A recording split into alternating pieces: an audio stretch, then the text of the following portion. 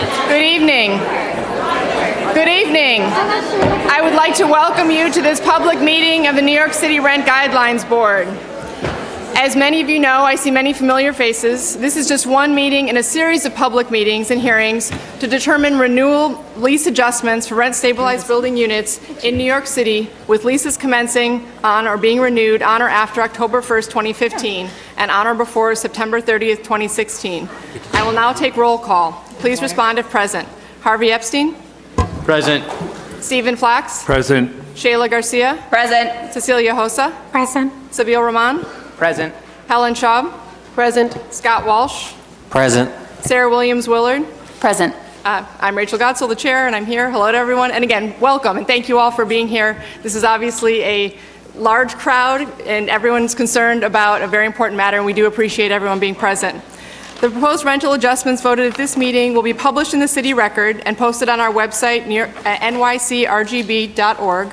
4 public hearings to comment on the proposed guidelines will be held on the following dates, times, and locations. So there'll be 4 opportunities for members of the public to come up and testify, and we'll be there, of course, to listen to the testify and hear everyone's perspectives.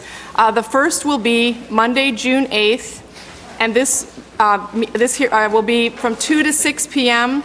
at the Alabash Recital Hall, Graduate Center, CUNY, 365 Fifth Avenue. Okay. The second hearing will be Thursday, June 11th, 2015, at the Bronx Museum of Art from 5 p.m. to 8 p.m., Lower Gallery, 1040 Grand Concourse. The third hearing will be Monday, June 15th, 2015, obviously, Queensboro Hall, 120-55 Queens Boulevard, also from 5 to 8 p.m. The fourth hearing will be Thursday, June 18th, at Brooklyn Borough Hall, in the courtroom on 209 Geralman Street, also from 5 to 8 p.m. And directions on those, for those who aren't exactly familiar with the locations, can be found on our website, nycrgb.org, in the About Us section, meeting schedule. Pre-registration to speak at these hearings will begin tomorrow at 9 a.m. So if you would like to pre-register so your name is on a list and you'll be assured, we will listen to everyone who attends. That is our commitment to you. But if you would like to be on a line so you know you'll be testifying and presenting your testimony earlier rather than later, please do feel free to register beginning tomorrow at 9 a.m. You can sign up by calling the Rent Guidelines Board offices at 212-385-2934. For further information, see our website, nycrgb.org. And of course, there are copies of our meeting schedules here tonight.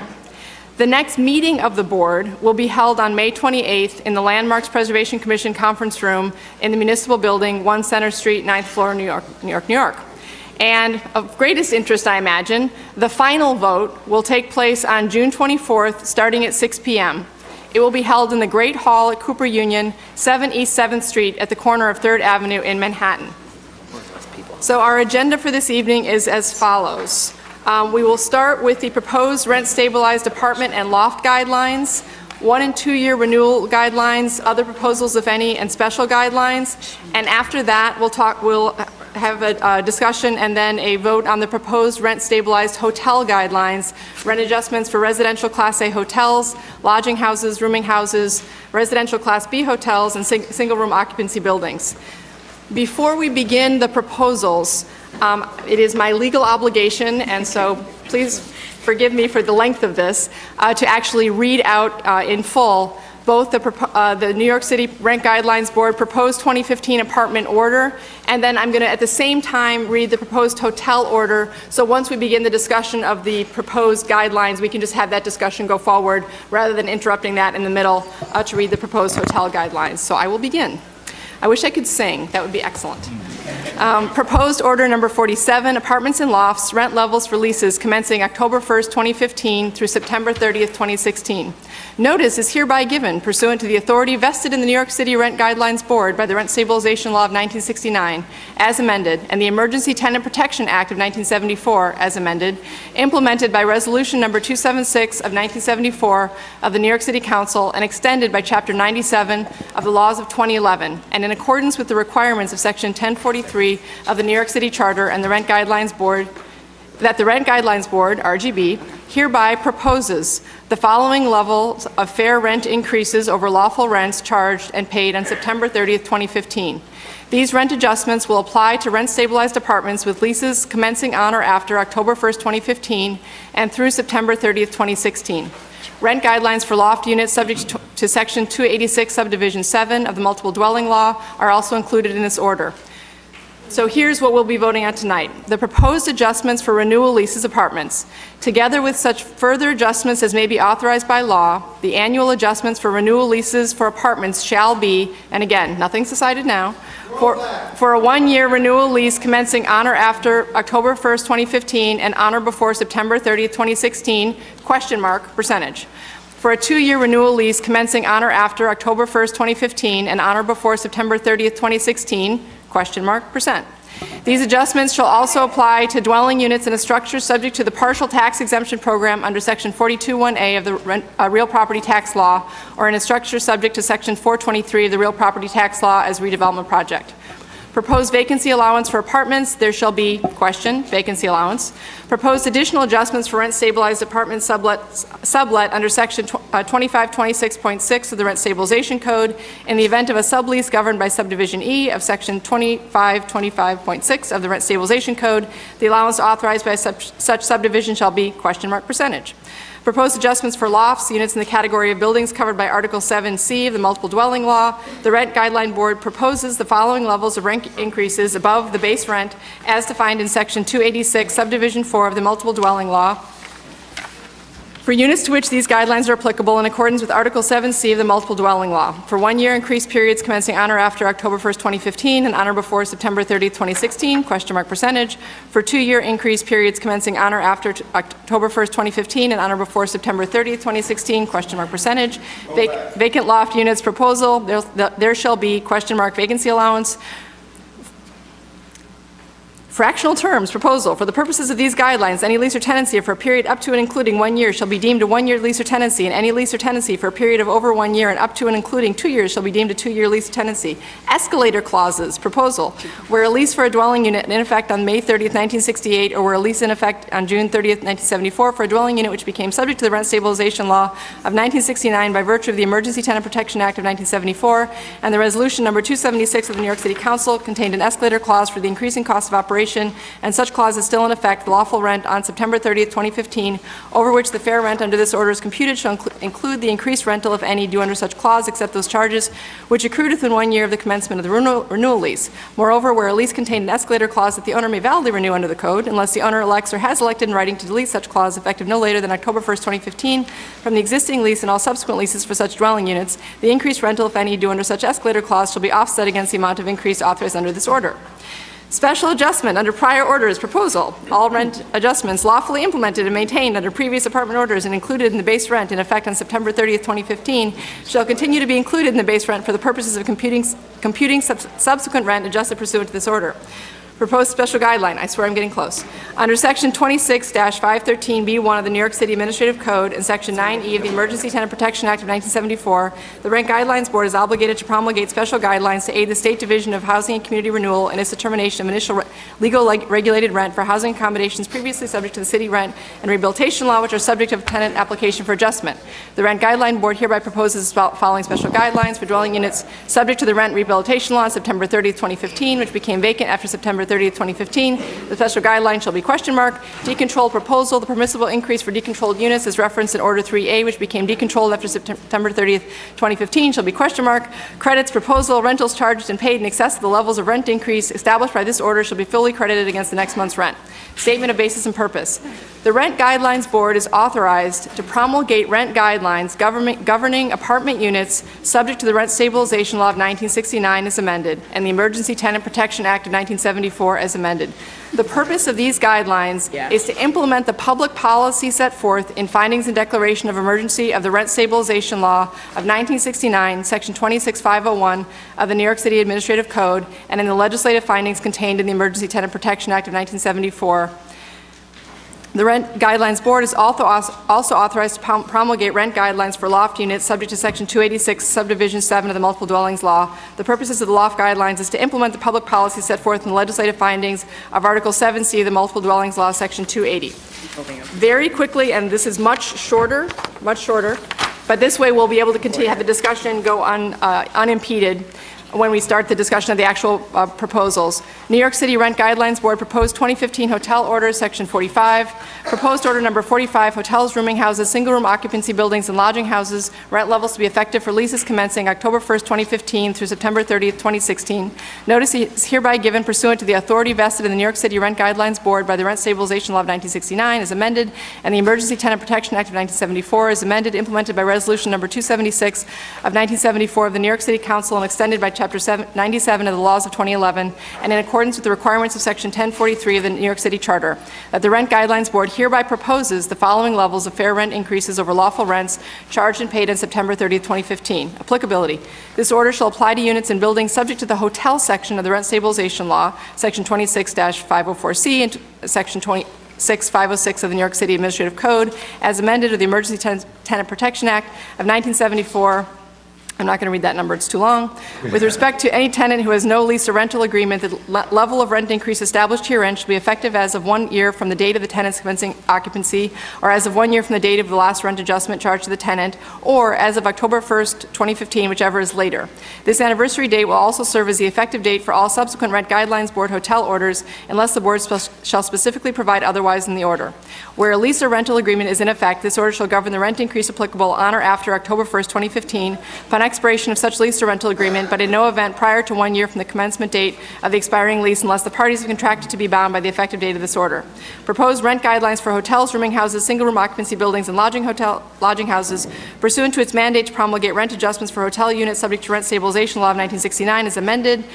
Section 26-510E of the New York City Administrative Code, the Rent Guideline Board hereby proposes the following rent adjustments. The allowable level of rent adjustments over the lawful rent actually charged and paid in September 30, 2015 shall be 1. Residential Class A apartment hotels, %, 2. Lodging houses, %, 3. Rooming houses, Class B buildings containing less than 30 units, %, 4. Class B hotels, %, 5. Single-room occupancy buildings, %. New tenancies proposal, vacancy allowance, vacancy allowance is permitted under this order. Additional charges proposal is expressly understood that the rents collectible under this term of this order are intended to compensate in full for all services provided without extra charge on the statutory date for the particular hotel dwelling unit or at the commencement of the tenancy if subsequent thereto. No additional charges may be made to a tenant for such services, however, such charges may be called or identified. Statement of basis and purpose, last paragraph. The Rent Guidelines Board is authorized to promulgate rent guidelines governing hotel units subject to the Rent Stabilization Law of 1969 as amended and the Emergency Tenant Protection Act of 1974 as amended. The purpose of these guidelines is to implement the public policy set forth in Findings and Declaration of Emergency of the Rent Stabilization Law of 1969, 26-501 of the New York City Administrative Code, and in legislative finding contained in the Emergency Tenant Protection Act of 1974, dated April 29, 2015. We are now done with the reading of the proposed order. I really appreciate your patience. All right. So, as many of you know who've attended before, we always vary which proposals made first. Last year, at the preliminary meeting, at the meeting we had at this time last year, the tenants had the opportunity to provide the first proposal. And then at the formal meeting in June, the owners had the opportunity to present the first proposal. This year, that switched. So the owners will have the opportunity to provide the first proposal at the preliminary vote, and then the tenants will have an opportunity to provide a proposal. There will be votes on each of those proposals. Whichever vote receives 5 votes shall pass, and if neither of those receives 5 votes, then the public members will have an opportunity to present a proposal. So I now turn the mic over to the tenants' representatives for their proposal. Owners. Thank you. That was a lot of reading. Owners.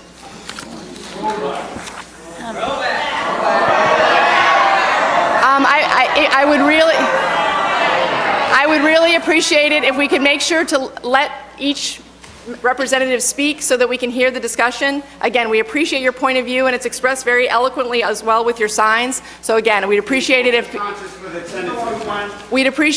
the owners would be given opportunity to present their proposals.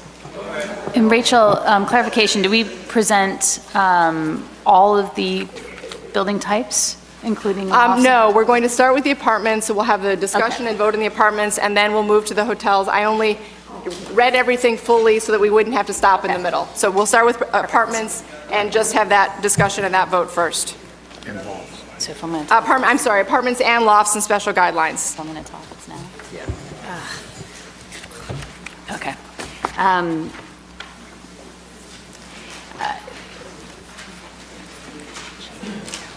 We're going to hear in probably at some point this evening a lot of discussion about the PIOC and how, in fact, in the press, and this was the thing that I had concern about, in the press they were reporting that operating expenses had only gone up 0.5% this past year, and that is an incorrect statement. The PIOC is not what operating expenses have increased for owners. It is a pricing and cost mechanism, primarily pricing, and the thing that drove the PIOC down so significantly this year was the decrease in fuel prices. Every single thing that went down, fuel prices went down 21% last year. But let me explain, that is fuel prices. That is a spot market, that is commodity pricing. That drove the PIOC down to 0.5, whereas every other category in the PIOC went up significantly for the owners. And I'm personally uncomfortable hanging my hat on PIOC as being a reflection of owner expenses. If you look at the core PIOC, which went up, at least for the previous 3 quarters, it was 3.6%, and for the future-looking PIOC, core PIOC, it was 4.8%. These are real expenses for the owners. That's my first statement. The second thing is that I am currently working on a preservation affordable deal, and as well as a new construction of affordable housing. And this, I am amazed to see, and the numbers don't lie, that when you do not have your revenues grow in lockstep with your operating expenses for affordable housing, your margins go down significantly and you get into the negative within 2 to 3 years. And this is affordable housing. This is what impacts. If we could please let her finish her statement. It is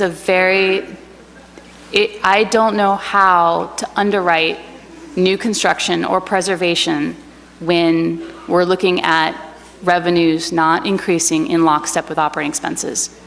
The math doesn't work. So that's what I wanted to say. Okay, again, if we could give the owners an opportunity to present their proposal, we can continue the discussion. Thank you. Okay, I'm going to give our guideline recommended increase for next year. The one-year guideline shall be a single number of 4.2% on the one-year lease. No range. Okay, again, if we could let him finish his proposal. Thank you. The great part about this process is it is a democracy. So I'm listening to you, and I'd like you to listen to me. The two-year guideline is 6.75%.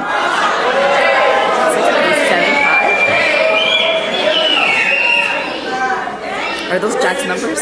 The sublet allowance is 10%. The special guideline shall be whichever is greater. The maximum base rent plus 50% plus fuel cost adjustments, or the HUD fair market rents as adjusted for apartment size and utility. Is your proposal? Are you finishing your proposal? That's the end of the proposal. Would anyone like to make a statement before we take the vote? Is there a second? Is there a second? Oh, 2 points actually. Scott, the loft guidelines. The loft, we're doing the same. Same. Can you say that, please? The loft will be the same. So that's 4.2% for 1 year, 6.75% for 2 year? Correct. And is there a second? I second. Okay, so Harvey, would you like to begin? Thank you, Chair. Scott and Sarah, I appreciate your concern for the needs of affordable housing because I think we all have those concerns.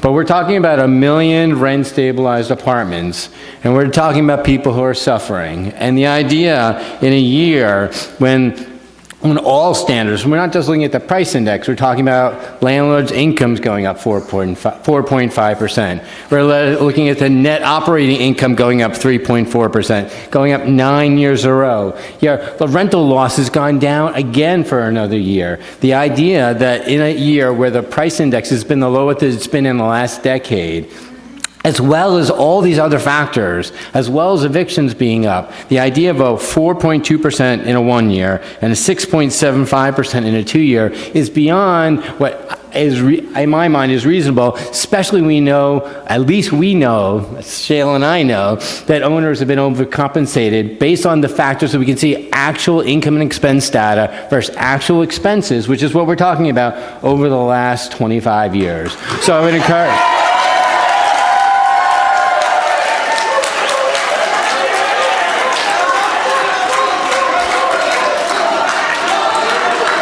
So I would encourage all the public members, and I can speak for Shayla and I, we're going to vote against this, and I would encourage all the public members to join us and vote down this proposal. Thank you. 6%,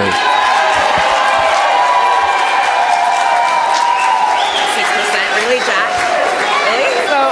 So I'm gonna... 6%? Can we have the average... Again, we hear you, and I'd like to now have the vote. Harvey Epstein? What about MCL? No. Steve Flax? No. Shayla Garcia? Shayla Garcia? I think you know that it's no. Cecilia Hosa? That's a no. Nabil Rahman? No. Helen Schaub? No. Walsh? Sarah Williams Willard? Yes.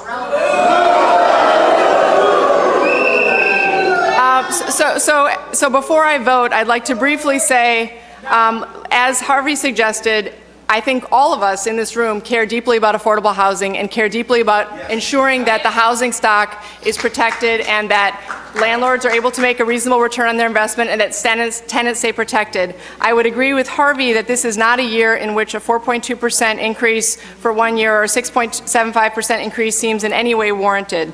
As the data has shown from the RGB staff, the owner's cost-to-income ratio is the second highest since 2001. It's at 60.7%.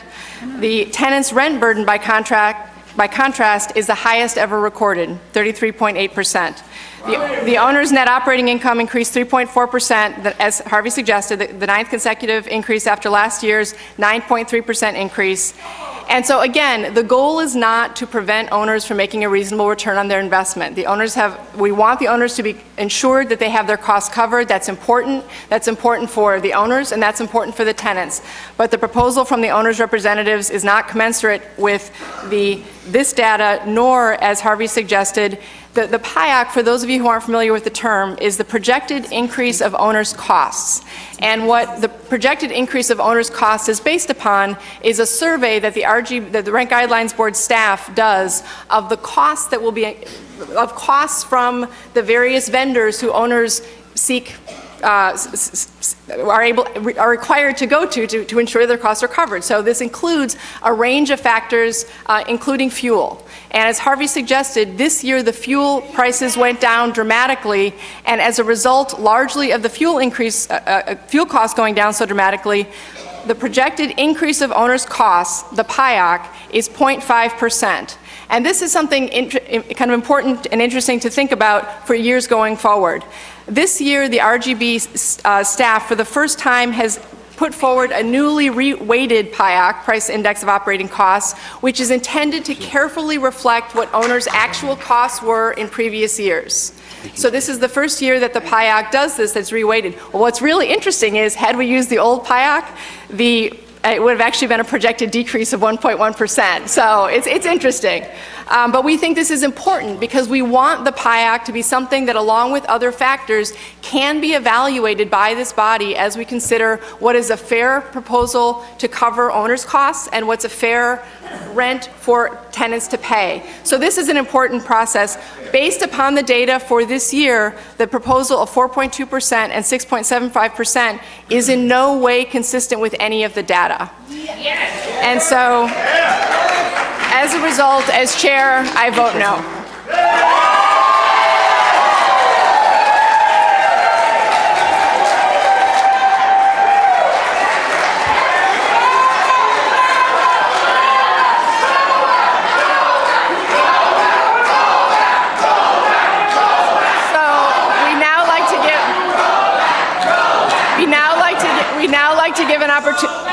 We'd now like to give an opportunity to the tenants' representatives to put forward their proposal.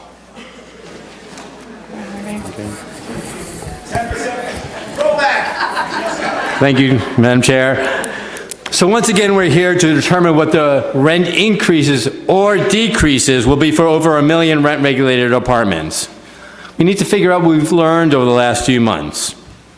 Owners' income, overall income, is up 4.5%. Net operating income is up 9 years in a row. 3.4% this year, 34% in the last 20 years. Rents are up.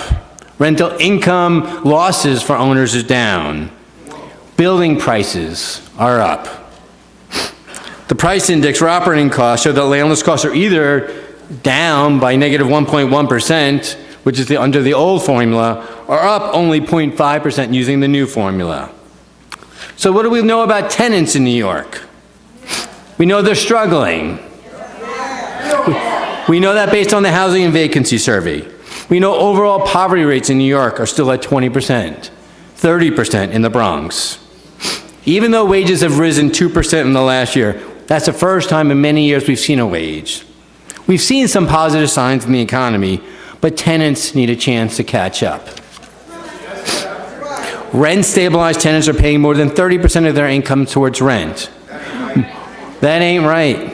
More and more tenants are extremely rent-burdened, according to the Housing Vacancy Survey. A majority of tenants can't afford their rent. Rent's way damn too high. Tonight, 60,000 New Yorkers are living in homeless shelters. That's up 11% from last year alone. 23,000 people were evicted last year. Most of those cases are from rent arrears, people who couldn't afford their rent. Half of those people are evicted from rent-stabilized apartments. Rent increases have outpaced the consumer price index. The price index of operating costs and other government measures have reported increases. HCR, the housing office, that says that not one property owner has applied for a hardship increase. They don't even have enough opportunity to apply for hardship increases because they have no hardship. We acknowledge those processes are time-consuming. But if owners need a rent increase because they're not making their rent, they would apply. They say the processes are complicated. But tenants face complicated processes all the time. We apply for food stamps, it's complicated. People apply for benefits, that's complicated. People need SCREE or DREE, those are complicated processes. but tenants are expected to apply for those when they need help. What about MCIs? So maybe they're not struggling. In addition, the Rent Guidelines Board staff talked to banks about their portfolio of lending to landlords. None of the buildings in that portfolio had buildings in foreclosure. None of those owners had buildings in foreclosure. That's right. So why are they doing so well? Why are they not struggling? On our backs. So the answer is that tens of thousands of tenants who are struggling need help, and the owners don't.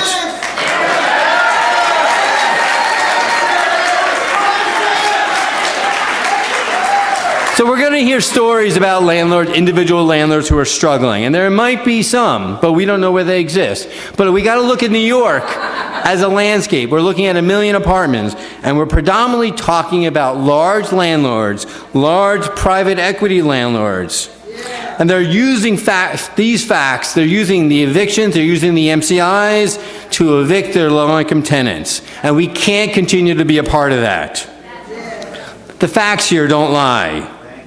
Owners will say they have evidence they're struggling, but they don't. They have anecdotal stories at best. Owners can't say the buildings are deteriorating because they're not. The real estate lobby may say that if we roll back the rents, we're going to destroy the housing market in New York. No one will invest here. They're saying we're going to scare away capital. However, I live here. I live in my community. I see what's happening on my block, in my neighborhood, to my friend, to my community, and I see it every day. We're not scaring away capital.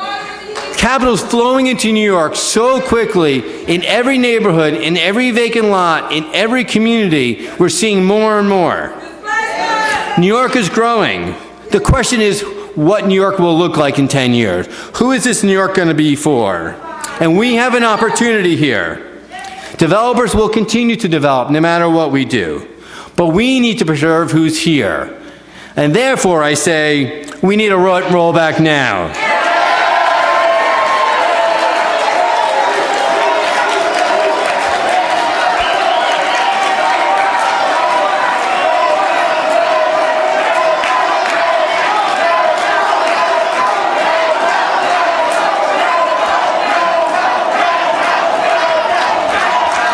So I make a motion. That we propose a range for a 1 year, -4% to 0 for a 1 year range. A -2 to 0 for a 2 year range. 0% sublet allowance and 0% for any special guidelines increases. Again, obviously this is an emotional topic and it's important to hear people's voices, but at the same time, in order for the vote to happen, we need to hear the proposal. So what I have is the proposal for 1 year is a -4 to 0. Proposal for a 2 year is a -2 to 0. I didn't catch the sublet allowance. Could you repeat that? 0. The loft? The loft guidelines, -4 to 0, -2 to 0, and the special guidelines, 0. Okay. Would anyone like to make any statements before the vote? Second. Okay. I would like to second it. Sheila? No. Oh. Sheila, would you like to make a statement before the vote? So I just want to make a statement about the people in the room, because I think that this shows the overwhelming power and the people who are really affected and who are willing to turn out and put...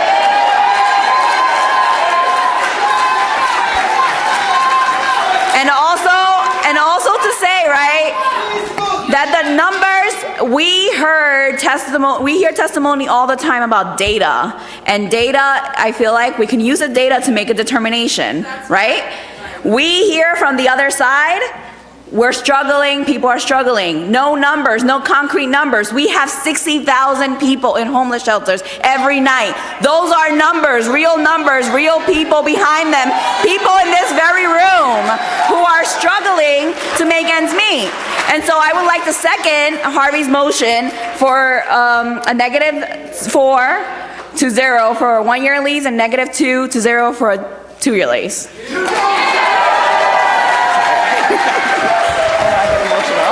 So why don't we begin voting? Harvey? We're going to begin voting now. Harvey? Yes. Steve Flax? I pass. Shayla Garcia? Shayla Garcia? Yes.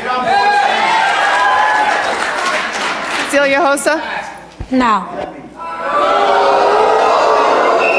Gail Rahman?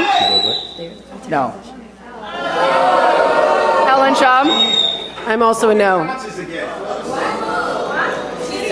Scott Walsh? No. Sarah Williams Willard? No. So Harvey and this room and Shayla are extraordinarily eloquent, and it is obvious and evident by the data and by the people in the room and by the testimony that we heard last year that tenants are struggling. And we do hear that, and we are listening, and we will listen again. We are listening, and we will listen again. We are listening, and we will listen again.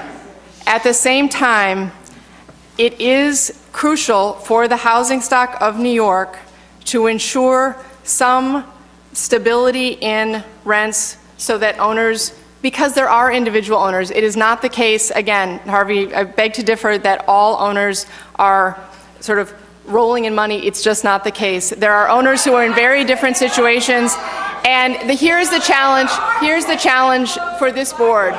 This is a very, you're right, sir. You're right, sir. They're not, and we're not creating a false equivalence. But at the same time, this is a very blunt tool. This is a single number for all of the owners, regardless of their situation. And while the sentiment and the pain in this room are heard, I will have to vote no. At this time, Steve Flax. I vote no as well. So at this point, unless any other public members would like to put forward a proposal, I would like to put forward the chair's proposal. Would any other public members like to put forward a proposal? So as I said, it is very evident that this is a time in which many New Yorkers are struggling. We note that the tenant's rent burden is the highest ever recorded. We note that overall, again, not with respect to every individual owner, but the owner's cost-to-income ratio is the second highest since 2001.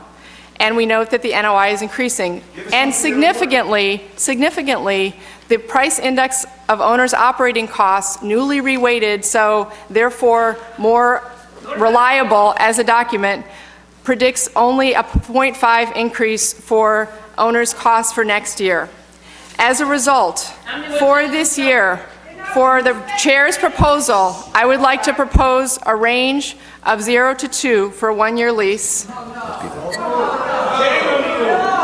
and a range of 0.5 to 3.5 for a 2-year lease. A sublet allowance of 10%. If people... Rachel, can you please repeat? Yes. My proposal for a 1-year lease is a 0 to 2. My proposal for a 2-year lease is 0.5 to 3.5. My proposal for a sublet allowance is 10%. My proposal for a loft increase is 1 year, 0 to 2, 2-year lease, 0.5 to 3.5.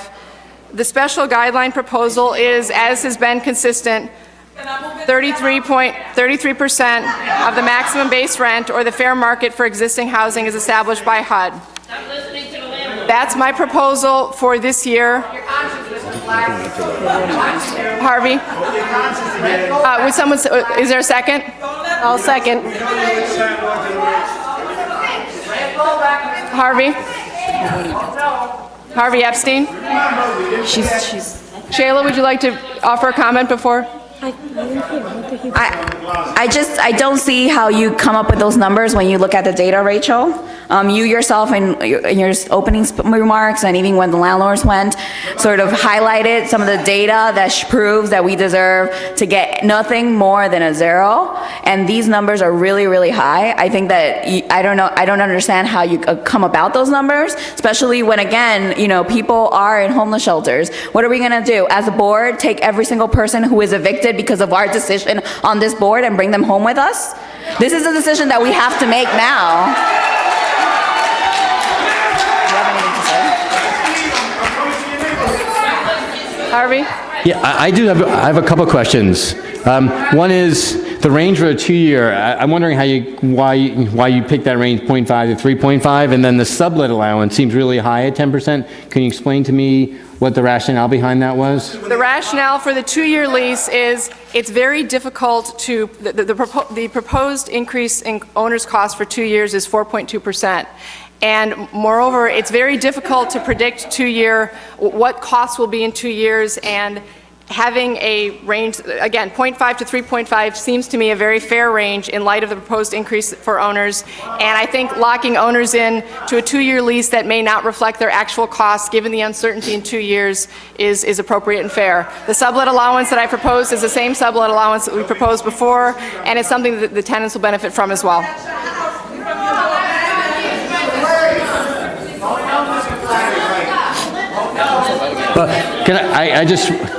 I would just encourage the public members to think about this. I think the range is well beyond the data that we've seen.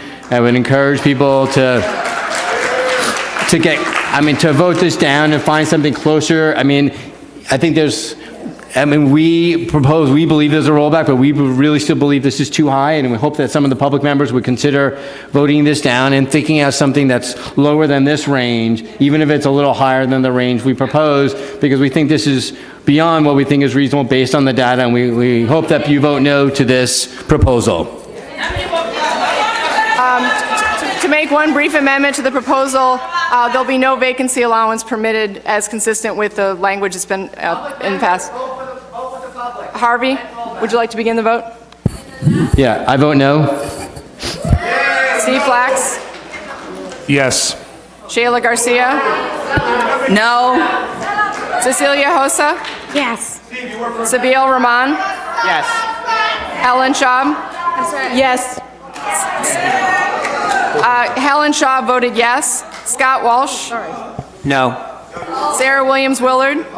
No. And as chair, I vote yes. So the chair's proposal passes for this year by 5 votes. So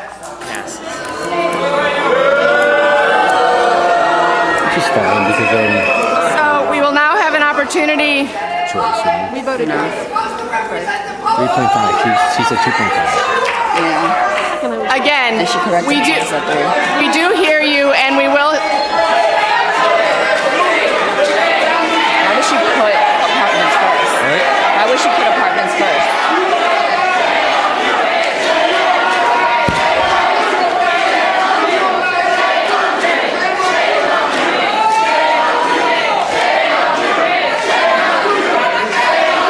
This time, again, we. If that was your family, would you let that boot crush you? Think about that. Would you let that happen to you?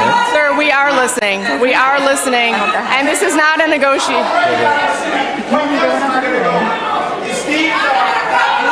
Okay, at this time, I would like to put forward a motion for the proposed rental adjustments for rent-stabilized hotel units.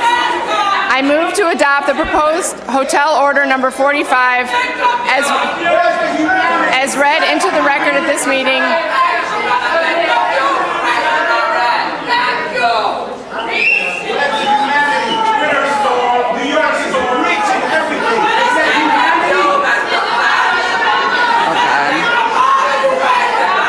So I would like to reiterate. Hey guys, you know what? Let's get to our other vote. We have another vote. I know we're upset, but let's get to this other vote. Let's be outraged after, but let's get this vote done and move on. So this is now on for the SROs, right? SROs and. Shut it down. owners like to propose a range? Would the owners like to propose a range? Would you like to propose a range? Why don't we pass? Pass. Let the tenant. Pass. Tenants like to propose a range? What? Would the tenants like to propose a range? They passed. They passed. Guys. So as we're seeing that we're voting on the hotels, we see all the landlords get up and leave. This is their response to whether they care whether those increases happen because they're rolling in money. And they're rolling in money because the hotel owners are continuously having less and less. They're deregulating them, they're using them illegally. And so we see today, as soon as we voted on apartments, all the landlords got up and left. And so on that basis, I'm gonna propose 0% across the board on all hotels. And the proviso, a 0% also. And yeah, that's it. Is there a second? I second that. Harvey, would you like to vote? Yes. Steve Flax? Yes. Shayla Garcia? Yes. Cecilia Hosa? Yes. Sabine Rahman? Yes. Helen Schaub? Yes. Scott Walsh? No. Sarah Williams-Willard? No. Sarah Williams-Willard voted no, and as chair, I vote yes. So that passed by... Thank you for coming out. We do hear you, and I hope we see you at the public hearings. Thank you. Motion to adjourn? Make a motion to adjourn. Second? The meeting is adjourned.